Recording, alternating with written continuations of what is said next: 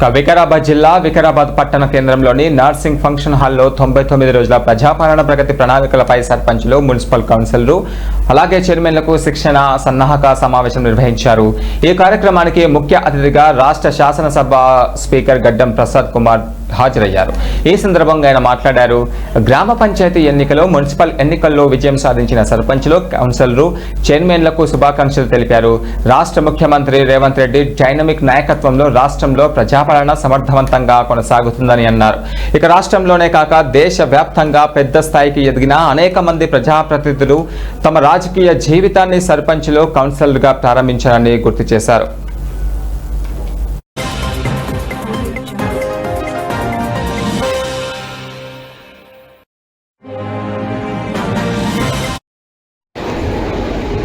Dynamic leadership కూడా తెలంగాణ రాష్ట్రం పరిపాలన నడుస్తున్నది.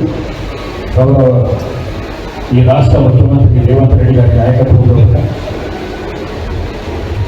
2.5 సంవత్సరాల నుంచి బ్రహ్మాండమైన ప్రజా సంక్షేమ కార్యక్రమాలు కానీ, అభివృద్ధి కార్యక్రమాలు కానీ చాలా వేగవంతంగా నడుస్తున్న సందర్భంలో నూతనంగా ఎన్నుకోబడిన సర్పంచులు,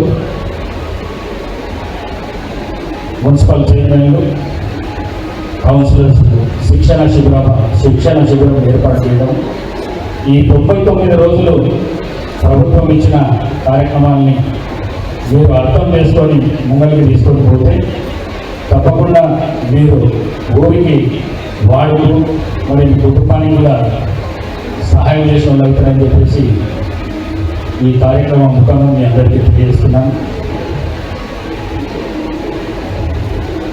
ఇంతకుముందున్న పాత ప్రభుత్వం 10 ఏళ్ల పరిపాలనలో ప్రజలకు ఎన్నో సమస్యలు ఉండే, ఆ సమస్యలు అక్కడే ఉన్న సందర్భంగా ఇది బ్రహ్మాండమైన కార్యక్రమం 99 రోజుల ప్రణాళిక ఏదైతున్నదో ఇది చాలా బ్రహ్మాండమైన కార్యక్రమం. ప్రజలకున్న సమస్యలు కానీ